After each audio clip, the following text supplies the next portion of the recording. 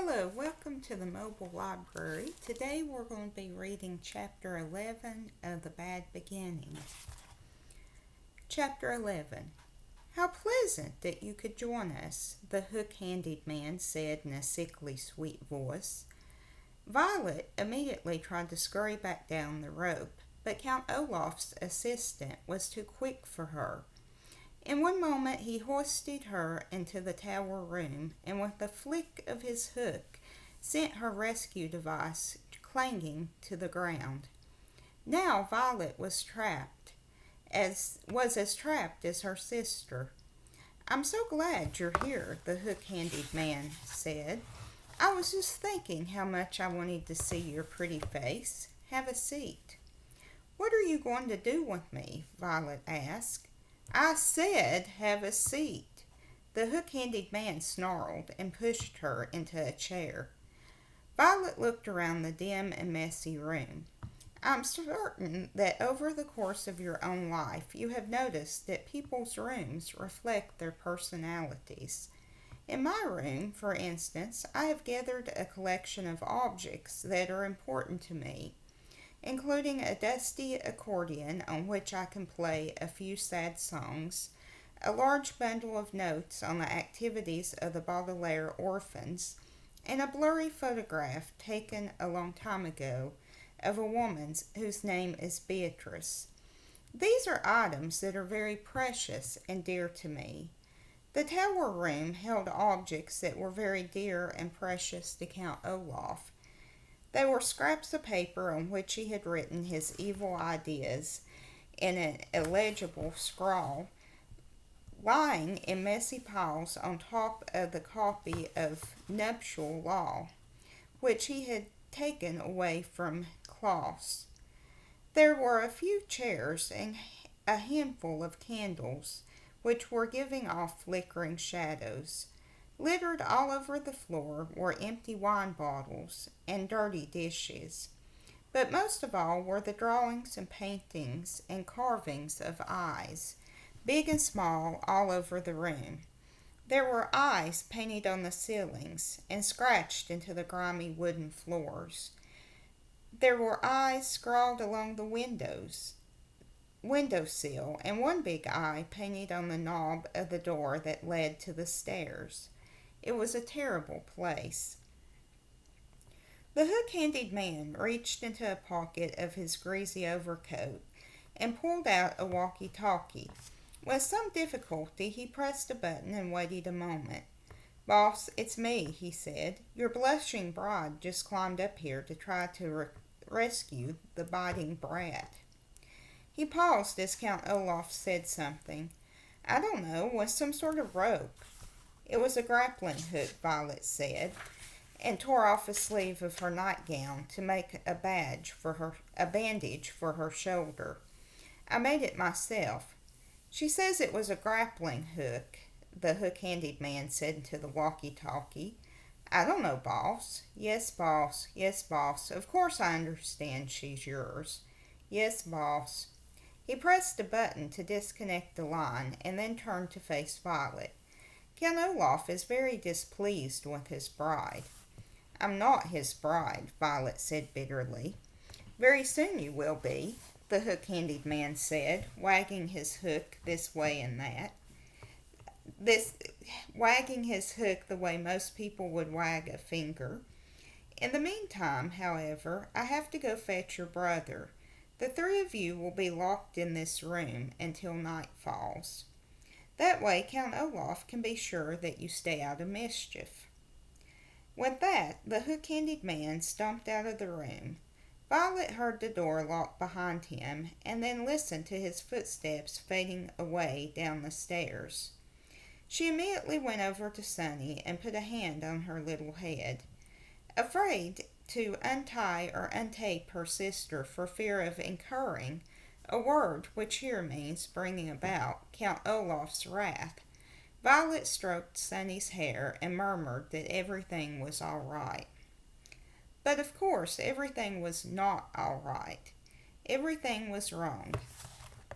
As the first light of morning trickled into the tower room, Violet reflected on all the awful things she and her siblings had experienced recently.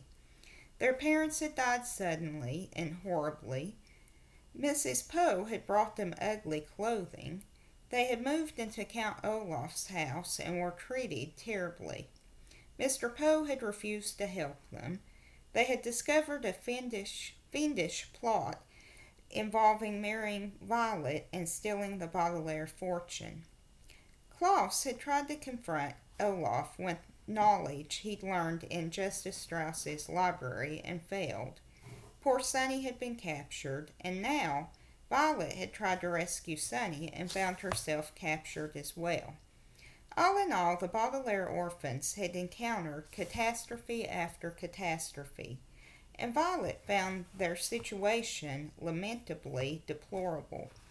A phrase here which means it was not all that enjoyable.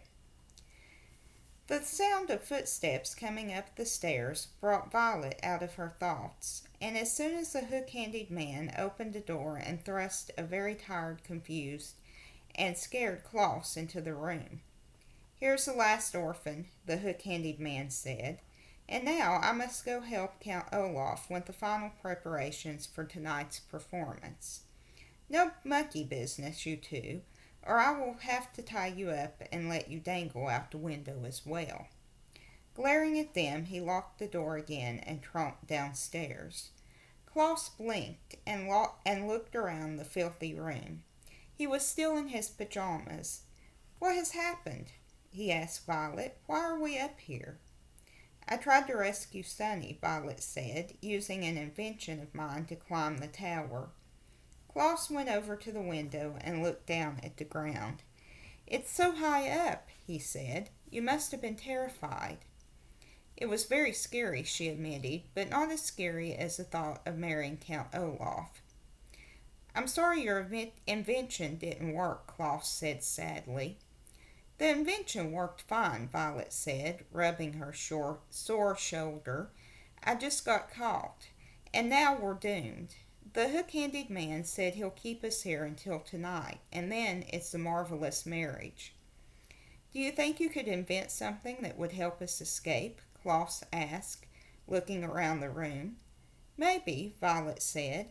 "And why don't you go through those books and papers? Perhaps there's some information that would be of use." For the next few hours, Violet and Klaus searched the room and their own minds for anything that might help them. Violet looked for objects with which she could invent something. Klaus read through Count Olaf's papers and books. From time to time, they would go over to Sunny and smile at her and pat her head to reassure her.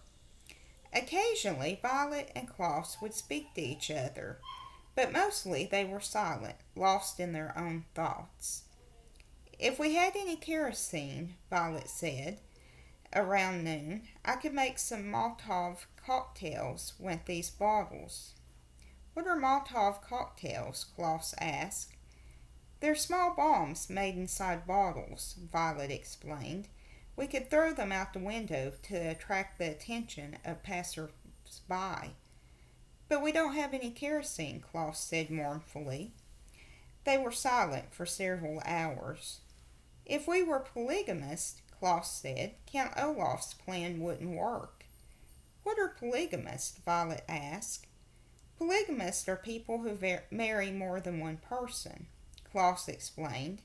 "In this community, polygamists are breaking the law, even if they have married in the presence of a judge, and with the statement of "I do" and the signed document in their own hand. I read it here in the nuptial law." "We're not polygamists," Violet said mournfully. They were silent for several more hours.